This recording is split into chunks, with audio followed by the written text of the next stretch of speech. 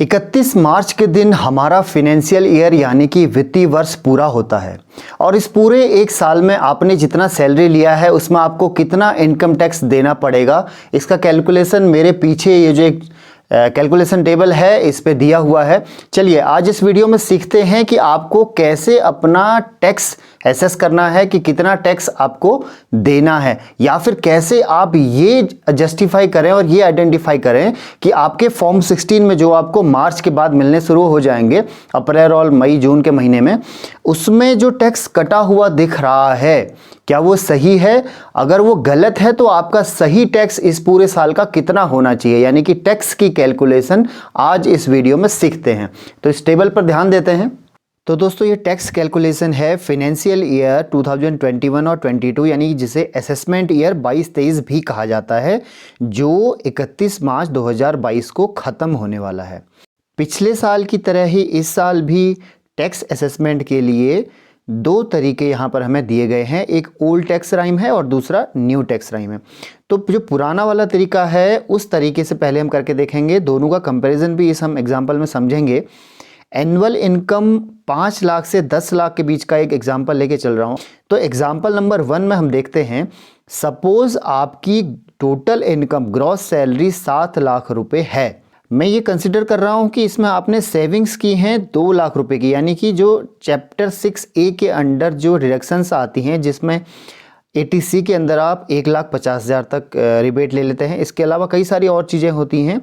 Savings 2 lakh रुपए की मैं कंसिडर कर रहा हूँ, तो आपकी टैक्सेबल इनकम बनती है सिर्फ 5 लाख रुपए।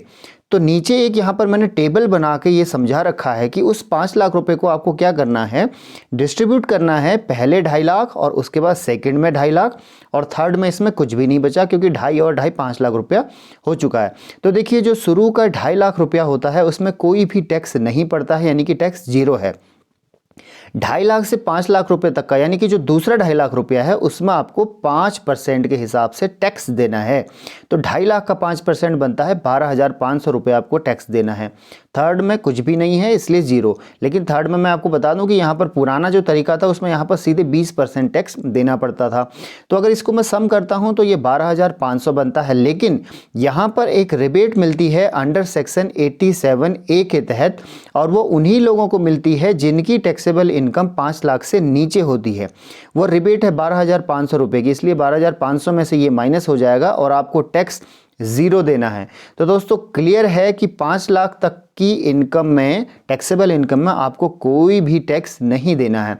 इसी एग्जाम्पल को हम समझते हैं नए वाले टैक्स के तरीके से। इसके बाद हम कुछ और एग्जाम्पल लेंगे जो ज़्यादा सैलरी वालों के लिए होगा। 9 लाख रुपए तक की सैलरी वाले के लिए भी हम एक एग्जाम्पल लेके आगे बढ़ेंगे। तो जो न्यू टैक्स राइम है उसमें मेन चीज़ क्या है मैं आपको बता दूं। फिर से वही एग्जांपल ले रहा हूं, 5 लाख से 10 लाख रुपए तक की सैलरी और वही 7 लाख रुपए की इनकम मैं आपकी यहां पर लाके दिखा रहा हूं। तो इसमें देखिए सेविंग्स 2 लाख रुपए की, लेकिन कंडीशन क्या है कि अगर आप नया वाला तरीका चुनते हैं तो आपको ये जो डिडक्शन अंडर चैप्टर 6A मिलती थी ये नॉट अलाउड, आपको ये अलाउड नहीं है। इनका कोई भी इफेक्ट आपके एनुअल इनकम में नहीं होने वाला है, इसलिए आपकी टैक्सेबल इनकम यहाँ पर फिर से 7 लाख रुपए दिखाई गई है। तो देखिए इस टेबल से हमें क्लियरली पता चलता है कि अगर 7 लाख रुपए इनकम है तो अगेन इसको 2.5 लाख में आपको तोड़ना है। 2.5 लाख और बचा हुआ 2 लाख, यानी कि सारा जोड़ के 7 लाख रुपया। फर्स्ट 2.5 लाख में इस वाले नए वाले तरीके में कोई टैक्स नहीं है, दोनों में सेम है। सेकंड वाले में 5% है, ये भी दोनों में सेम है। थर्ड क्वार्टर में थर्ड वाले जो पोर्शन है जिसमें 2 लाख रुपए जा रहे हैं उसमें वहाँ पर 20 था, लेकिन यहाँ पर इसमें आपको सिर्फ 10% का टैक्स पड़ता है। इसलिए ये जो सारा टैक्स अगर मैं जोड़ता हूँ 12,500 और 20,000 तो बनता है 32,000। तो देखिए ये डिफरेंस है। यहाँ पर आपको डिडक्शंस नहीं दी गई हैं, लेकिन आपका टैक्स स्लैब कम कर दिया गया है। और पिछले वाले में आपको डिडक्शंस दी गई थी लेकिन टैक्स स्लैब 20% का कर दिया गया था। तो मैं पहले भी कहता आ रहा हूं कि अगर आपकी सैलरी 10 लाख रुपए 12 लाख रुपए से नीचे है तो आपको पुराना वाला जो टैक्स का तरीका है that was quite much beneficiary for you. And now come towards the next example. अगला एग्जांपल हम ले रहे हैं एनुअल इनकम 5 लाख से 10 लाख के बीच की। अब मैंने आपकी सैलरी कंसिडर की है 9 लाख रुपया। अगर 9 लाख रुपए आपकी सैलरी है तो आप किस तरह से इसकी टेबल बनेगी, देखिए फिर से 2 लाख का मैंने यहाँ पर डिडक्शन लिया है अंडर चैप्टर 6A। 7 लाख रुपए आपकी सैलरी बचती है, टैक्सेबल इनकम बचती है। ये जो 2 लाख है इसमें आपका पीपीएफ फंड, एनपीएस, एलआईसी, ये सारी चीज़ें जो कुछ हैं वो सब मैंने कंसीडर करके लगभग 2 लाख लिखा हुआ है। तो देखिए टेबल में क्या है कि 7 लाख रुपए को हमने फिर से बाइफरकेट किया 2.5 लाख और 2 लाख में। अगर आपकी सैलरी 7 की जगह 14 लाख है तो ऐसे ही 2.5 लाख के आपको आगे तक स्लैब बनाते हुए चले जाने हैं। और उसमें देखिए पुराने वाले में 2.5 लाख तक कोई टैक्स नहीं, 2.5 लाख से 5 लाख वाले में 5% टैक्स 12,500 फिक्स होता है, और थर्ड वाले में इसमें कुछ पैसा आ गया है यानी कि 2 लाख रुपए। अब उस 2 लाख रुपए का 20% आपको पे करना है, वो बनता है 40,000 रुपया। अगर मैं इन दोनों को ऐड करता हूं तो 52,500 रुपये। देखिए अगर आपकी टैक्सेबल इनकम 7 लाख है तो आपको 52,500 रुपया देना पड़ता है पुराने तरीके से, समझेंगे। अगर आप नए वाले ऑप्शन को चूज करते हैं, हाँ ये ऑप्शन आपको इनकम टैक्स फॉर्म भरते टाइम ही चूज करना पड़ता है कि आप किस वाले से आगे जाना चाह रहे हैं। देखिए नए वाले में इसी कैलकुलेशन को लेके चलेंगे। आपकी सैलरी 9 लाख रुपये, यहाँ पर कोई भी डिडक्शंस आपको नहीं मिलेंगी, 2 लाख रुपए की डिडक्शन आपकी हटा दी गई हैं। आपकी टैक्सेबल इनकम अगेन 9 लाख रुपए बनती है। अब देखिए टेबल में क्या फ़र्क पड़ता है, जो पहला और दूसरा सेम है। तीसरा वाला 10% हमने पिछले एग्जाम्पल में देख लिया था, तीसरे वाले 2.5 लाख रुपए के लिए। फोर्थ में हमारा यहाँ पर 1,50,000 रुपया जा रहा है, क्योंकि जब आप 9 लाख रुपए के पार्टीशंस करते हैं 2.5 यानी कि 7.5 लाख, और ये 1,50,000 आपका 9 लाख रुपया बनता है। तो पहले में 0, दूसरे में 5%, तीसरे में 10% और चौथे में 15%। ऐसे ही ये 5-5 के गैप में आगे बढ़ता रहता है, 20%, 25% इस तरह से।